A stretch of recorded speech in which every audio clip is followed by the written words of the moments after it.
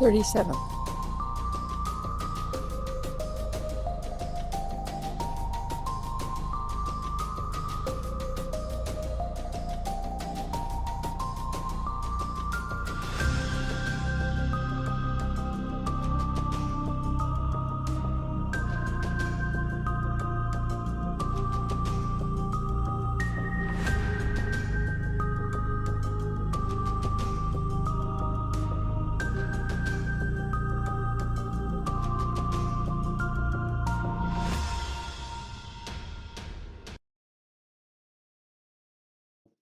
Hi, welcome to Barvotti's 37th live screening of Tools for Creatives. I am Phoebe Bradbury, and today I will be demonstrating some of the tools that I use every day in my art studio. I wouldn't want to be without them, and I find new uses for them all the time. There will be promotional offers during the program, and the promo codes will be active during the demonstration and for about half an hour after. The current time is 12 noon Central, January the 19th, 2022. Right now, the promotions are only available on amzn.to.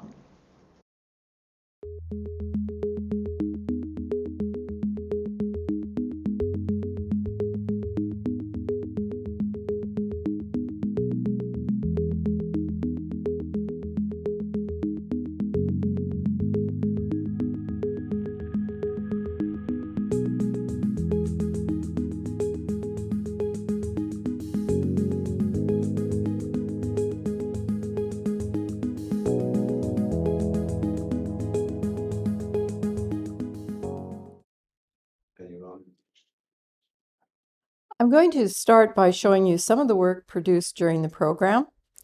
This is an acrylic paint. This is painted with acrylic paint with these types of tools here. And the paper, it's butcher's paper, very inexpensive, waxy or plasticky on one side, and paper on the other side. It's almost transparent. It's not really archival, but it's great for practicing and playing. And that's what a lot of this program is going to be about, is about playing with the paint and with the tools. So that's the blue scarab. Put it off so I know where it's done. And here's one done on archival paper. And this painting here took less than a minute, right from start to finish. And it's quite small. And I'm going to come in and show you how detailed it is. And it was painted with, I believe it was the 2-inch modeler. Anyway, we'll go over all the sizes of the modelers in a few minutes and how to use them. But I'm going to show you the detail in here. Oops, that's the focus one. I want to go in the zoom and focus. Zoom, so. And the focus is there. Okay, so you can see right by this, and I'm right in the middle of this, and it's just a postcard size piece of paper. You can see how detailed the marks are that are left by the modelers. And the paint I'm using is it's an acrylic paint that that I haven't actually watered down, but I've made more fluid by adding both water and medium. So I didn't just add water to them. Okay, so that gives you that. And now I'm going to go out. Oops. I think I'm going out. Yes, there we go. Because my other ones are a bit bigger. I think this next one is quite large. Okay. So that's on Yupo paper. That is archival. That means that if you do a nice piece on that, you can market it. And this also is on Yupo paper. And it's called, what is that? Flamingo Land. And I'm just going to check the and it's with a pink and gold mixture of paint. That's what gives it that sort of flamingo color. And this one was done with a fairly small model, not that small, but it was done with one about this size. The whole thing. and it is on Yupo paper. So that means that it's archival. It can be mounted or whatever, and that's that one. Also with very similar types of marks on it. Okay. Here's another card-sized Yupo paper one. And the reason I'm showing these card-sized ones is they could be mailable art. And that's because they don't take very long to make. And they are very interesting. Of course, they are unique art. So I've been thinking of using them to mail, except that I live in Mexico, and it's impossible to know if your postcard is ever going to get anywhere from Mexico. So I may send some from my Canadian address. I don't know. But once again, this took very, very few, less than a minute actually. And I'm going to go in and show you zoom in a little bit and show you that all of the marks are very precise as you go through. They don't have to be. You can make them smudgy, but you can't go the other way. So, okay. Now we're going to go out. I think we're going out. Here we go. Now the reason I have these pieces of plastic between these is because I have to look after them now that I've decided I will be marketing them. I gotta keep the quality up. And this one, oops, don't have one under this. This one is called, what is it called? Orange Regrets. And you will be showing this, you'll be seeing this in the sped up version at the end of the program as we go out. And this also is on Yupo paper. And this one's called Purple. Is this the one we came in with? Hey? No, we came in with Orange Regrets. Oh, okay. And so when is this one going to be showing? Okay, this one will be showing at the end of the show. And it's called Purple Medium. Thank you. Purple Domain. Okay, you're going to have to speak more closely. Okay, the name of it is Purple Domain, and this one will be shown on the outgo.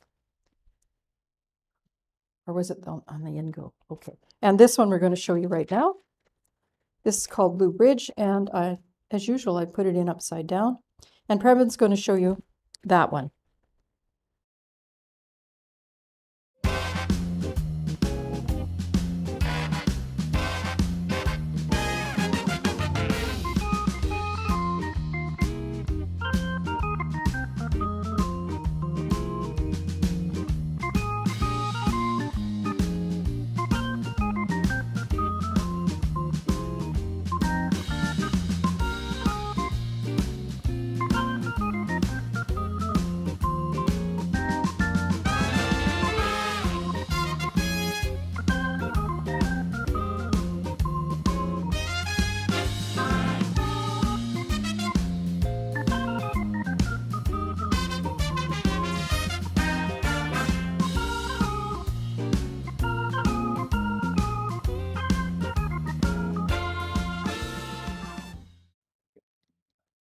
Right now?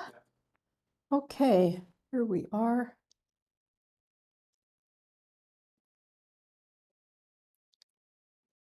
And what I'm going to show you right now is the modelers that we have available, and we also have something new now coming in.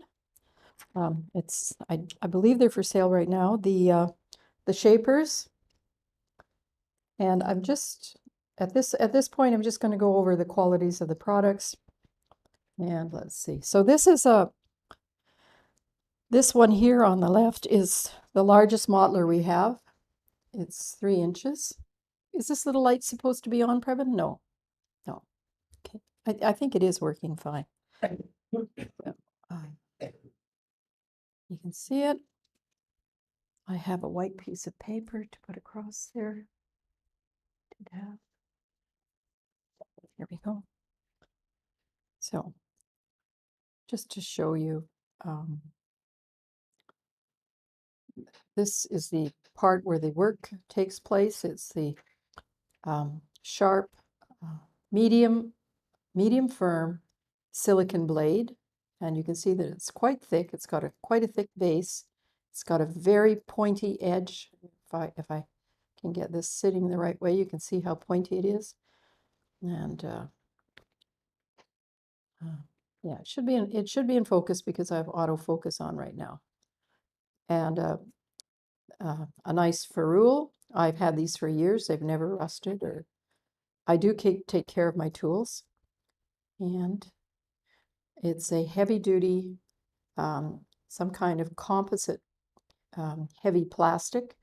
So it does not, unlike wood, it won't split or crack. The paint won't be coming off.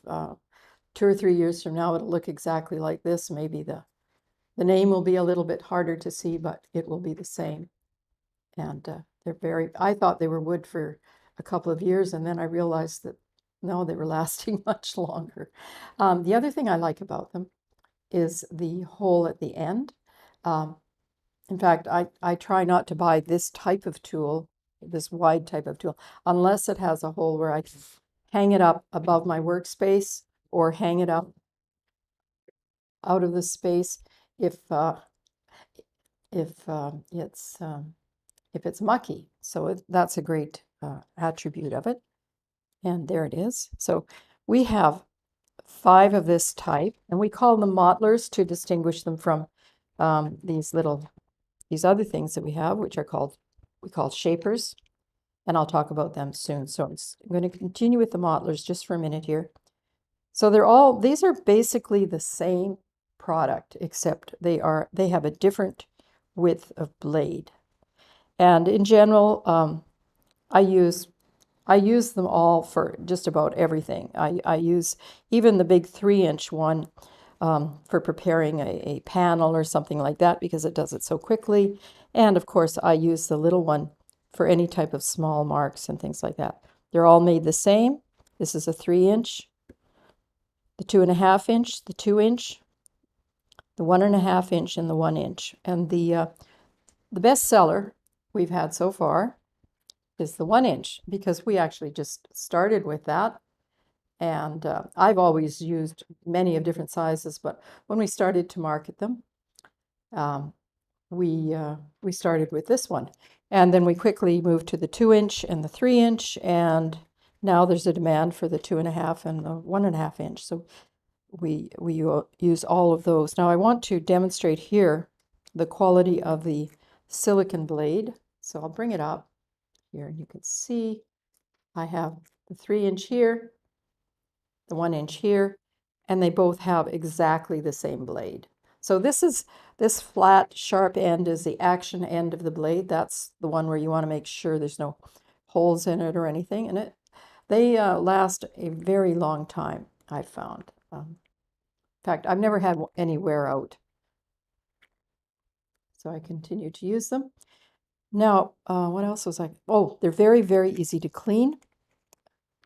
I don't keep water around, even though they're meant for water medium and work really well in water medium. I don't keep water on my desk because it just gets messy for the type of work that I do. I just keep a damp rag and just damp enough so that if I get paint on it, I can wipe it off and set it aside and it'll be perfectly clean. Now I can demonstrate that. I will be demonstrating that later because these are obviously clean. And part of the reason they're clean is that they're so easy to clean. Okay, so that's those guys. Oh, and with reference to, some people ask, well, can you use it with oil? Can you use it with cold wax medium? And the answer is yes, you can use it with any medium, but you must not leave them sitting in solvents. And if you use solvents, you must rinse them off with water as soon as possible because the silicon will dissolve in solvents and get soft. So I have left one of my, I think it was this size one, in solvents for about 45 minutes. and it did get very thin and ripply at the end, like it wasn't straight or flat anymore. And then I took it out and I rinsed it off and put it in water. It came back to just exactly the way it was before, but I wouldn't want to do that, and I wouldn't depend on that. So always rinse them with water as soon as you've used them, and that will maintain that nice sharp edge that is the real reason why we want to be using those. Okay, so I've talked about those. Now, the ones that we're getting some inventory now. We've had a little bit of trouble this last year with shipping and various things that were happening around the world. So now we have these are what we call, where's the picture? Oh, I guess if I bring my hand up under them, you can see them. These are shapers, and they've got the same type of silicone material in them, medium firm, and they come in sets of 5, so you don't buy these individually. And we have 4 different sizes. Right now we have the 3mm, and when we talk about 3mm, we're talking about, if you look across the end of this one, where I just need somebody to show the back of it. Okay.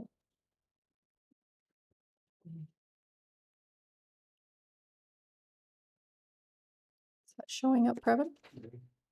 Okay. Just across the end of that, it's 3mm. No, this one's 7mm. Sorry, it's a pretty big 3mm. It's 7mm. The other set we have there is 3mm, and it's very tiny. So we will have them in the 10mm, which is a centimeter, the 7mm, the 4mm, and the 3mm. And even though the 4mm and 3mm sound like they're very close, I think there is actually quite a difference, but I won't be showing those today. So the ends, I want to show you that each one has a particular end, and they are designed to do special things. And you will, if you go onto our website or onto our store, you will find each of the type of ends and what they can be used for. And that's just the beginning of what they can be used for. For example, this one, the angle chisel, which has got a very nice sharp angly end on it, is to create very precise marks. They all do that. Create expressive strokes. You can use it to apply masking fluid if you're doing watercolors or any type of fluid or glue. They're also excellent for working with poured paintings and for the application of epoxy. So that's the angle chisel. Now the flat chisel is the one that I showed you for determining the, just touch that, for determining the width of it.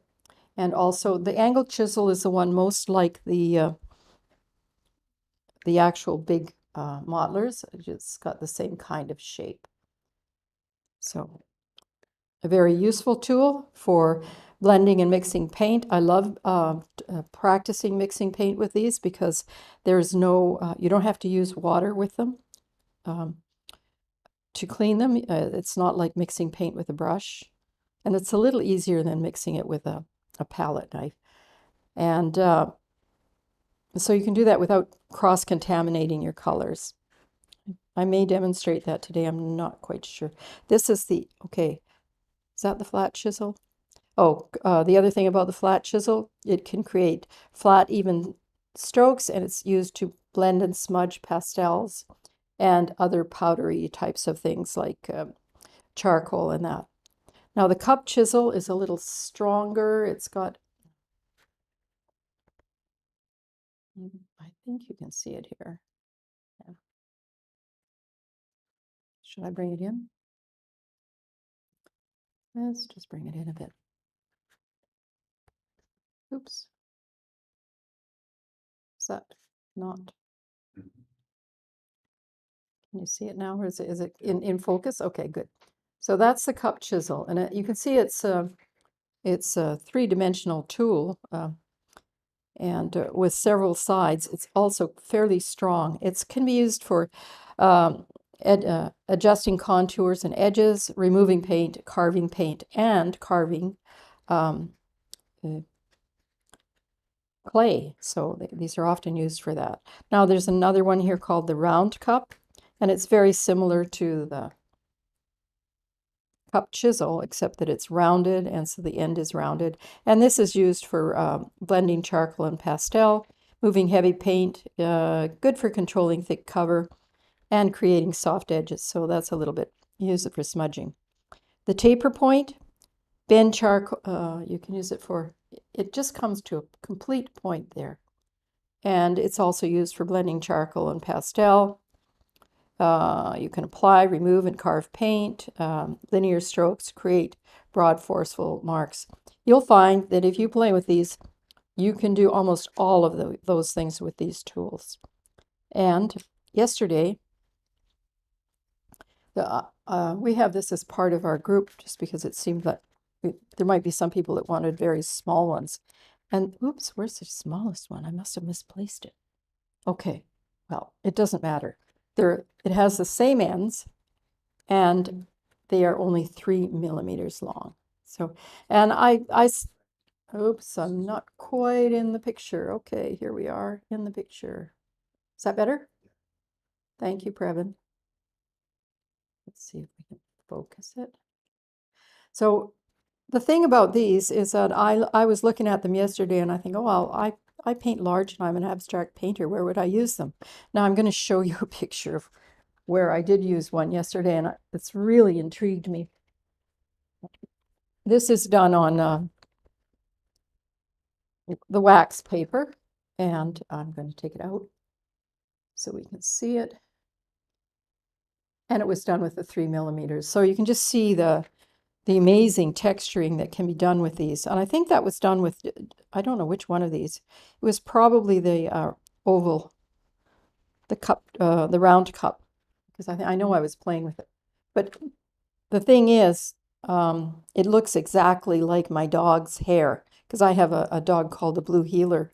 And when I started to do that, I thought, well, I could probably paint a picture of Iris with that. That's her name. And I'm just going to take it in and show you the detail on that. So even going very close, you get all the hairs, you get the colors. So that I found that quite surprising, quite a surprising use, and I will certainly be using it for that. I don't normally paint realistic things except things like, you know, members of the family and like the dog, etc. So where are we here? So now you're gonna do Sandy Welch. Sandy Welch. Okay, so now I'm going to introduce to you, where's my pen?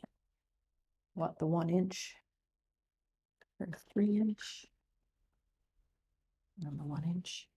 I'm going to, okay, just a sec. I'd like to introduce Sandy Welch, an online artist on Instagram. She will be painting with a 1 inch modeler, and then she will do some scratching through with the 3 inch modeler. Thank you, Sandy Welch. Let's see. I'm going to go back to my little rubber spatula here.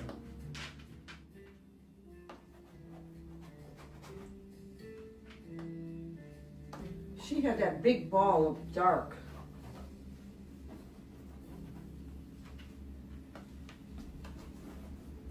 And then we'll go over it again with a lighter blue, but this will be underneath. So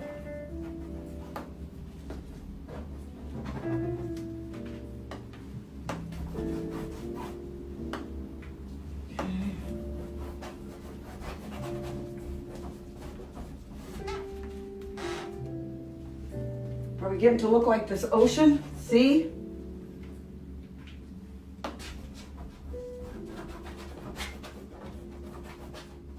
This is really cool.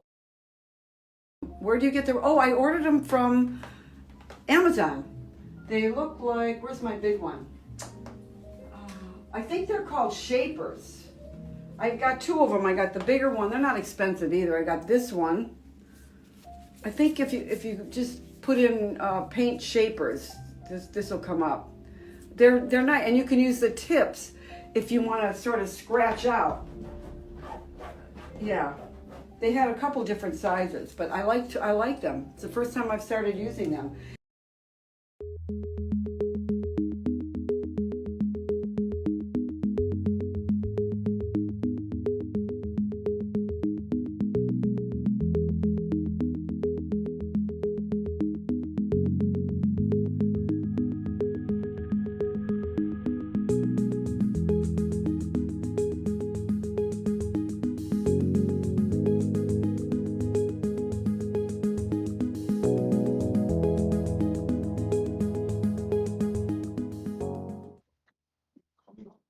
Okay. This was a painting I did while I was at art school. You can see the scraping through in the red at the bottom and the yellow bands at the top made by scraping through the dark layer onto the yellow layer beneath. This painting is also covered with a layer of horizontal and vertical fluorescent green lines poured across the surface. In the next demo, I will be showing you some of these effects, how some of these effects are achieved. So, is this where I go now? Okay, so this is the basic demo, and this is the part I really enjoy. I'm just going to find out where my area is that I can, oops, I want to make sure I'm going to be doing most of my stuff in the right area, so I'm going to just draw a little line around the center. Okay, so I'm going to take us out, and so these are the modelers I will be using, and I will also demonstrate with some of the shapers. the thing is so small now because I took it out. It's just, okay, just give me a.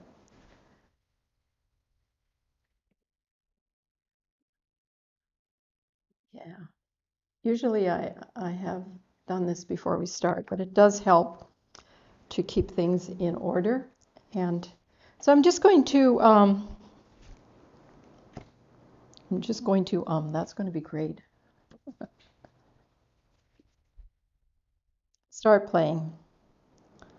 So that is a phthalo blue, and to make it really dark, I'm going to add a little bit of Payne's gray. Just, I don't know what that's going to do, but, and I'm going to start with the 3-inch modeler. I'm going to go in a little closer.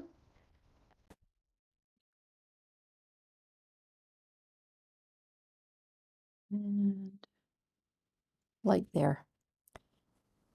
And we're just going to start to show you some of the expressive marks I can make. Oh, I hope I have this on the right side. Yep, it is slick side up. Sometimes I put them in backwards and then all the paint just absorbs into the tool. So what I've done here, that's a 3-inch draw through mixed paint, and that gives you an idea of what it looks like if you scrape through those two colors of paint. This gives you an idea of the mass tones of the paint, and here, because Payne's gray is has got a very dark mass tone, and so does phthalo blue when it's not stretched out, you can't really tell the difference. But when I go like this, oops, I should be able to pick out some. You can see some of the, I didn't put up very much of the Payne's gray in there, so I want to show you that the mass tones look the same, but when we spread it out, it does look like a gray rather than a blue. So here, so that's the Payne's gray spread out. You can see that there. Okay, so I've had been working a little differently, where I try to do them all on one page in one composition, and it got very complicated, especially when I decided to add colors. So I'm attempting now to maybe just do this whole thing, most of it, with the 3-inch, and then I'll do another one with the other sides. Okay, so and the reason I added black or not black, but Payne's gray, is what I noticed was that these are very graphic designs, and I kind of like that. So if this is your first time watching me, you will probably know that I have not planned this because I make a point of saying that if I do over plan or plan, then I often am not very happy with the results. Whereas if I just okay, not very happy with this until especially if I'm going out of frame. Okay.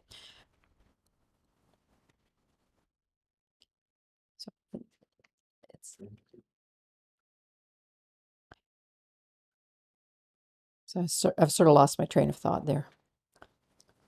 Okay. So I'm just playing with marks that this can make. You saw the ribbony marks underneath. And now I'm going over and I really like the rectangular things. As an abstract painter, I'm not abstracting things from reality. For example, I'm not thinking, oh, this is something. I usually don't name them till after I've seen them, and after I've seen them is when I've made them. Let's put it that way. So I don't set out saying, oh, I'm going to paint this and then do it. I just try to let go and then paint something, and then it might remind me of something, and that's how it gets the name. So this one, because I'm only using the 3-inch, I'll be drawing through, and you can see little bits of gray and little bits of blue under there. So, and then if I want to add expressive marks, crazy expressive marks, I can do that of different kinds. See? And then I can go through it and say, well, I'll do this with it, or I'll do that with it. So I'm just playing right now with the idea of the graphic texture to see what can I get from this. And you'll probably notice that there's some ghosting underneath now. Like now that I'm starting to scrape through, you can see some of the stuff I've done earlier. So trying to think of what. Oh yeah.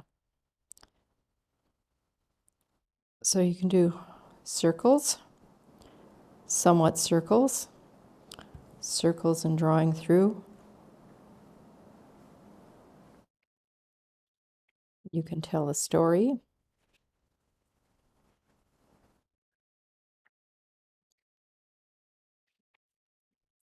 And then you can, if you can playing with designs, you can think about where you might just lay down flat paint. So when you're laying down paint, usually it's easier if you're just doing it the width of the brush.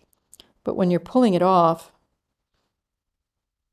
that's where you can go crazy with expressive marks, because there's laying it down is like, well, it's going to be rectangular.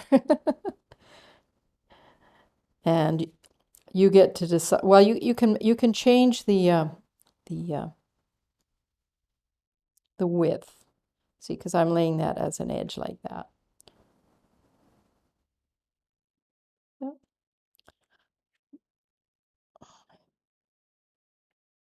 And then you can inscribe into these things with the corners, which is, I love doing that. And eventually develop a fairly complex piece with just one tool. And it can be quite expressive. Depends on what you want. So here I am, and it's getting bigger and bigger. One of the problems with doing really big pieces like this is if I like them, I've done them on cheap paper. I can't keep them unless I can figure out a way to scan them, which I have been doing. So, and I'll be showing you one in a minute. Not a minute. It'll be okay. I think I'm done. I'm done with this one. Personally, I could go on with this for a little while, but I think I've shown you what you can do with this brush. You can lay down paint. You can pick paint up. Oh, I know what I haven't done. I haven't showed you how to clean the brush. So there it is, pretty messy. And now I'd like to scrape through clean. So there's a brush. I mean, not the brush. There's a modeler, a silicone modeler, perfectly clean. And I could be scraping through on a totally different color, but I'm going to now show you how I'm going to clean this off the surface. So so in general, I normally go at a slant and I overlap. So I could be cleaning off my dirty palette. I could be cleaning off my painting that I don't like. And I do that often. And I could be scraping through parts of my painting that I would like to change or just totally remove. So maybe I wanted a background like this, which was sort of a smeary blue sort of background. So there I am. Let's say this was my palette, and I wanted to start over again for the day. I'll just take my wet rag and go like this, because now I've taken the paint off. And if it's a plastic palette, it will come right down in here, as you can see. So the reason it's easy is because the modeler has done most of the work. Now I won't reuse this cloth because it's covered with blue paint, but I'll just put it in to soak, and I'll run it through the wash next time I do a load of cloth. So I'm going to change this one.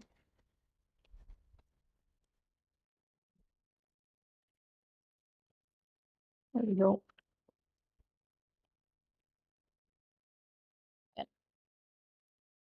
I actually save all these papers and it's not that I reuse them to paint, but I use them to layer between things and things like that. So now I'm going to do a red, and we are going to play with the 2.5 inch. So that's the 2.5 inch.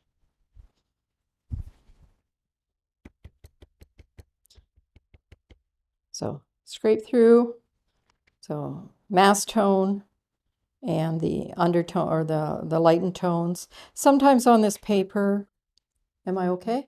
I'm bubbling up. And it bubbles up a little bit because of the plastic surface. But this looks pretty good. So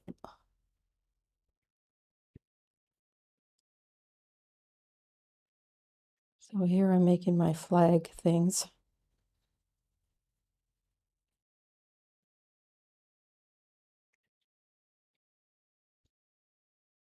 So just playing with the paint. You did see the silicone,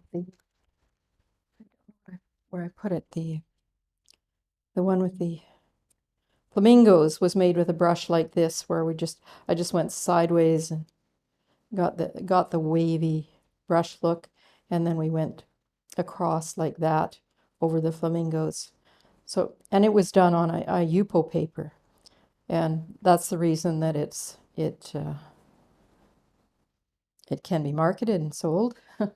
So if one of these is really good, and the next one I show you, it's one I really liked.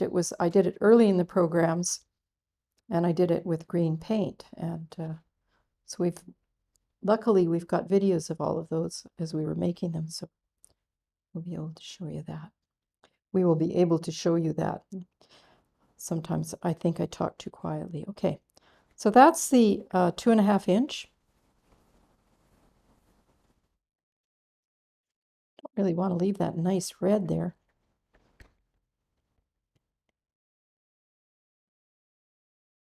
I might save that piece of paper, or the red. for when I'm demonstrating. Actually, what I'll do right now, I think I'll demonstrate the shapers, because I've got that lovely red there. Okay, so I'm going to clean this.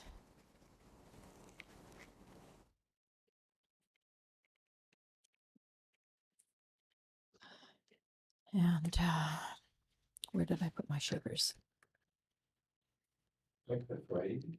Okay, thank you. I'll do that. Okay, check the frame. It's a little bit low. I can't move it, so I will just work higher. Okay? So, oops.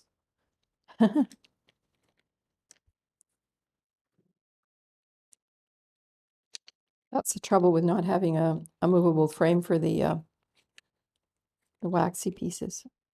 Okay, here we go. So this is the angle chisel. I'll just show you the nice, heavy, or easy to make marks it makes.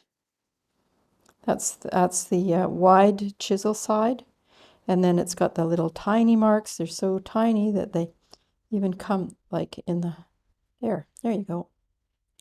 See how beautiful they are? So you could make grass with that. That tiny tip is like the equivalent of one of these tips on one of the 3mm ones. So if we look at one of the 3mm ones here, very similar. So this is how I made that hairy thing of my dog. Was very just flicking out from wet paint to from a very graphic color. The Payne's gray is just like an ink. It's so dark. So that's, I'm going to wipe that off before my little tool is completely red. So that is the angle chisel, and the cup chisel will behave very similarly because it's got a flat chisel end, but it's quite a strong, oh, that makes beautiful ribbons. So really what you can do with them is dependent on you and your imagination and how you decide to play with them. So if you're just going to go like this and this and like this and like this, you'll often get pretty boring pictures, a lot like my ones where I go cross hatch and do a lot of cross hatching.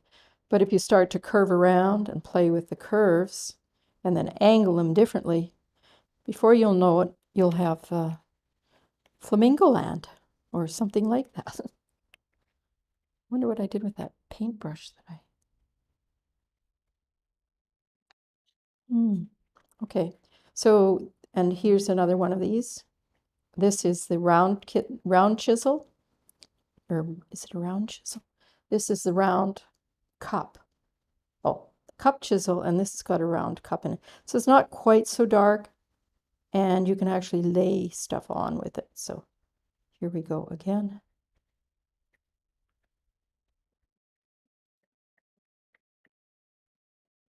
So this is what I call expressive marks and expressive mark making. Here's a plain flat chisel. We'll go right through that. You could weave through it if you wanted to. 1, 2, 4. I'm trying to weave. Let's go over this one, under this one. Oh, I seem to have lost my rhythm. But you could pretend to try to weave to them, I guess.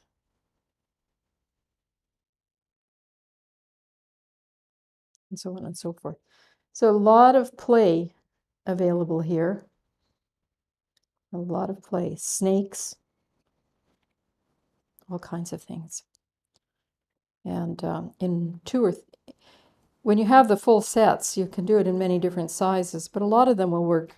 For example, one of the reasons I really like the very fine tips is if I've done a painting, so I'm often, if I've done a large painting, I'm always stuck with, well, now I have to sign my name, and I don't want to ruin my painting, so one of the ways to do it is to just incise your name with one of these. This isn't a very good one, it's not very hard. If you've got your paint, like if I had one color over another, I could just put my name in, and it wouldn't disturb the whole look of the painting with the wrong color or whatever. I usually just sign with my initials, but I like it. I like them for that because you can do something. And I usually paint big abstract paintings, and I don't like putting little marks on them. Anyway, so there we used the red, and we showed how to the marks of these smaller shapers, and they're very, very useful. Oh, here I have the 1.5 inch. Looks like I'm going to demonstrate that now. Same color, 1.5 inch mark, another 1.5 inch draw through, another 1.5 inch. Okay, now I'm just going to go the other way and go over and under and over, under and over and under, over and under. So we're just weaving a basket here, and it actually looks a lot nicer if you just use one color. Well, it's more discreet. I mean, you can see the whole thing. And okay, so that is the 2.5 or 1.5 inch, and you're seeing different kinds of marks. And now I'm going to take that red paper off, and we're going to look at something a little bit different. Actually, rather than demonstrate the 2 inch, this is the 2 inch. I'm going to show you a picture of the 2 inch. Got to get it right here because this is the way, believe it or not, there's an up and a down on this. I think I should put something over there just to protect the bottom of it. So I do like this one. So you can see it all. I'll just bring it out a little bit. There it is. Okay. And this one was done entirely with a 2 inch modeler. Just green splatted on there. It's a phthalo green, nice dark green with very dark mass tone, and just this brush. Okay, you going to show that video of that one, Previn, for me? Please, thank you.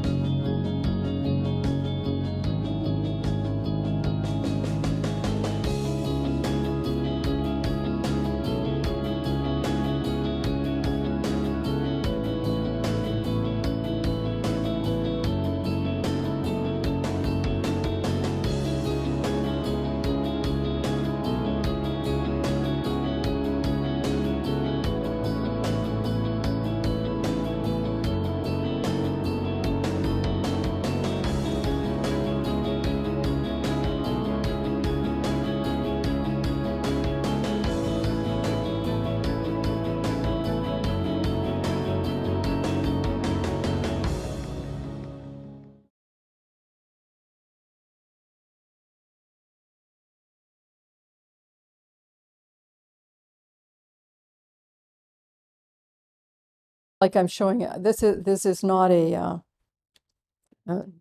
digital version. This is the original version.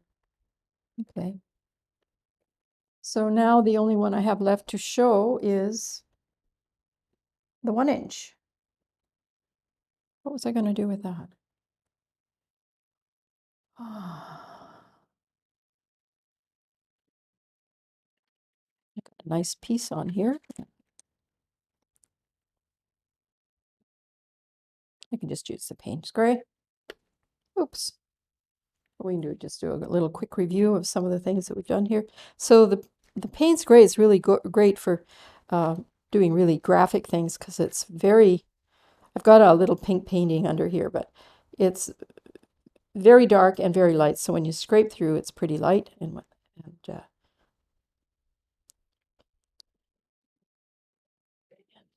so this is, I'm just giving a little surface here to do this. And so that's the 1-inch scrape. And of course the 1-inch lay down. And then all of the beautiful marks you can make with this.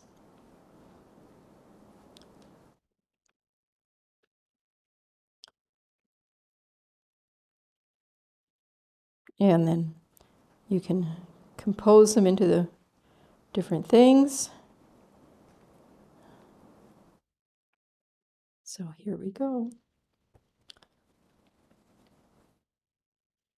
So I was thinking of painting a picture of my dog with that, one of these little things with her hair all over the place like she is. So I'm going to start planning it, because for me that is one thing I would plan, is if I'm going to try to paint something that is recognizable as either a being or a structure or something like that. I would plan that a little bit anyway. I'd like to figure out like where her eyes are. There's her little black eyes. Oh, there's her little black eyes. And she has a little black nose. Yeah. But she's so funny because she just seems to be a mass of hair. So she will be coming forth from some of this in future videos, because this is just the perfect color for her because she's a blue heeler. Okay, Iris, you're coming. You're going to be coming. You're going to be starting to show up. Yeah. Yep. The face that greets me on the side of the bed every morning. Okay. So now I am going to, I didn't do the Yupo paper today. No. Okay. So I won't be doing Yupo paper today. We're getting close to the end, but I'm going to show you some stuff that was done on Yupo paper that might surprise you. And I'm going to just leave this here. Actually, I'm going to just take this off. Okay, just give me a minute, please.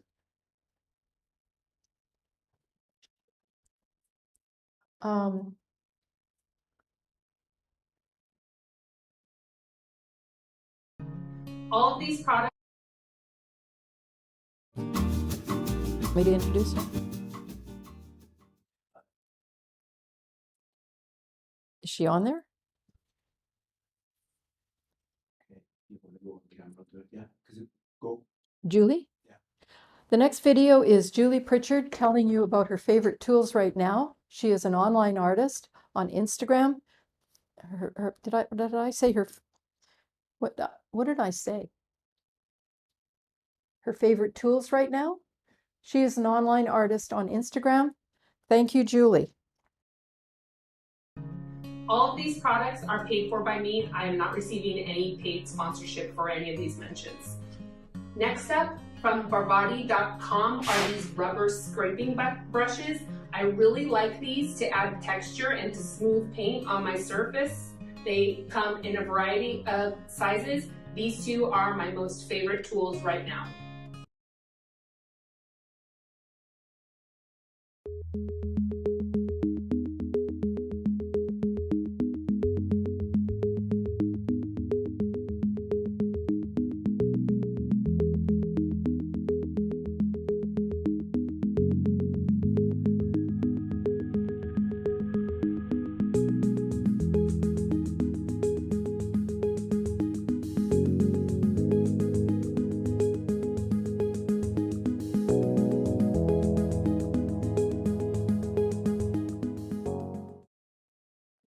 Am I back? Okay, so I'm back. So we are running out of time on the show today. I think that's partly because we have new tools available. So what I'm showing you right now is a picture that I got from some sort of Shutterstock thing, and it shows a painting that somebody made with a golden acrylic and a black background. And so we attempted to do that here, and we don't have time to do it, but we'll do it at another time. But I wanted to show you some of the results. I just took them out and put them somewhere. Oh, here. Okay. Here we go. So I did a little practice with this, and I have black paint, black background and paint, but you'll notice that the lines are parallel, and so that meant that we had to make a parallel line maker, and I'll show you that. And that's for this one what we used. See, we're trying, this was what no, that's not what we were looking for. We were looking for something like this.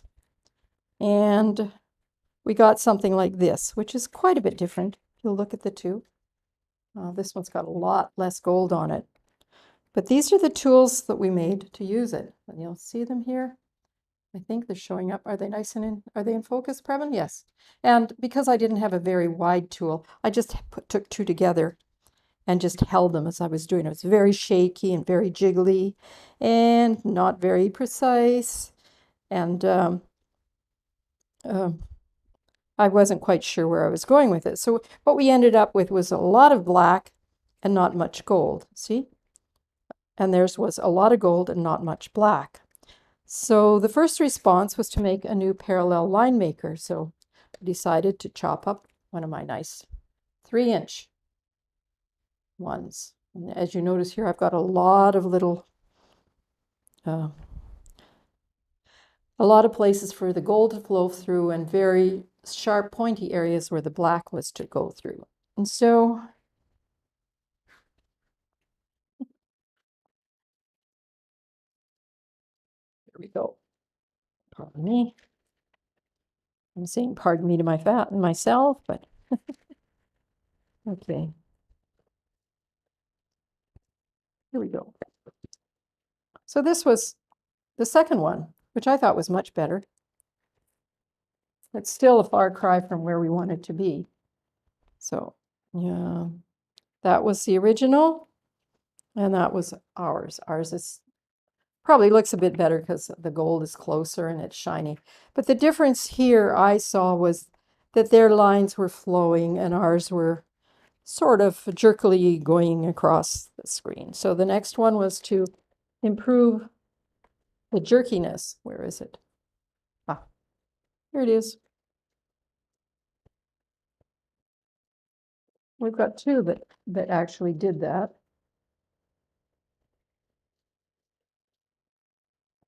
Three. So this was improving the jerkiness. So we're starting to get a little closer. There's theirs, and there's ours. And then we tried adding a little bit of red to ours. And that's looking pretty nice. Now I'm going to take this out a little bit so that you can see the whole thing. And I'm going to take it in so that you can see the focus. Yeah, focus on the, you can see it's very sharp. The details are sharp. So it worked really, really well here. And we just used different backgrounds. Sometimes we used, in this case, we used a Yupo paper background. This one was a paper background with a gel on it. Where's the other one? This one we actually used a, I'll show you this. Oops. This is on a board. So it's done on linen, so it's on a board. And then I got kind of bored with swirls, and so we started to do things on top of the swirls. So that's where the creativity came in, as we learned something and then we went into doing it ourselves in different ways. So that was sort of the progression of how you come up with an idea, or where you get an idea and where you might take it.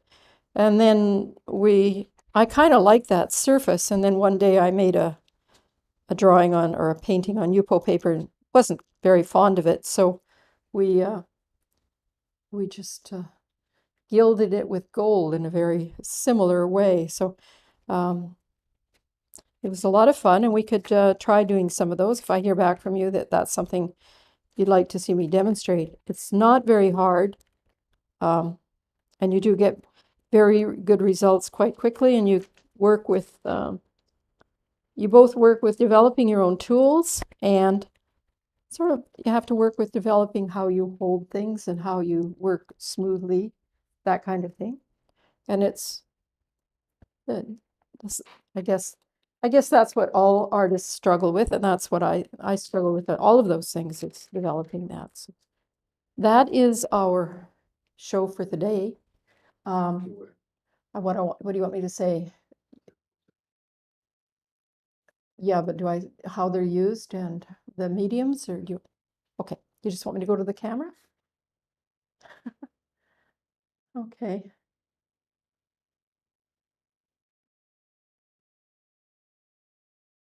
Thank you for joining us today. You can find us here every Monday, Wednesday, and Friday at noon Central to do a demonstration and answer your questions. We're hoping to improve our ability to chat and make it more direct. We're getting more equipment that way. Perhaps it'll be here next week. I'm looking forward to seeing you on Friday.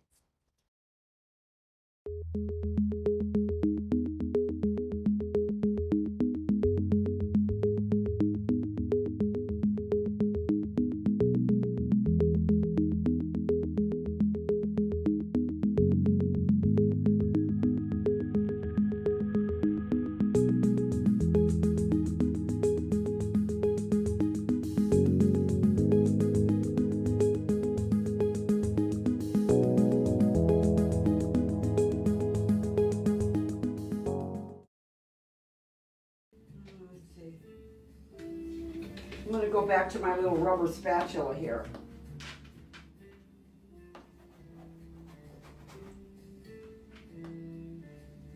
She had that big ball of dark.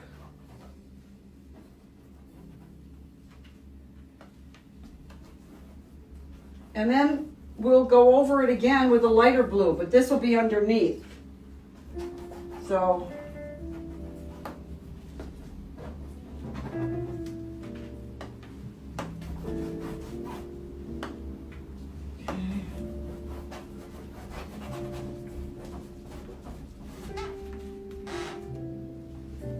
are we getting to look like this ocean? See?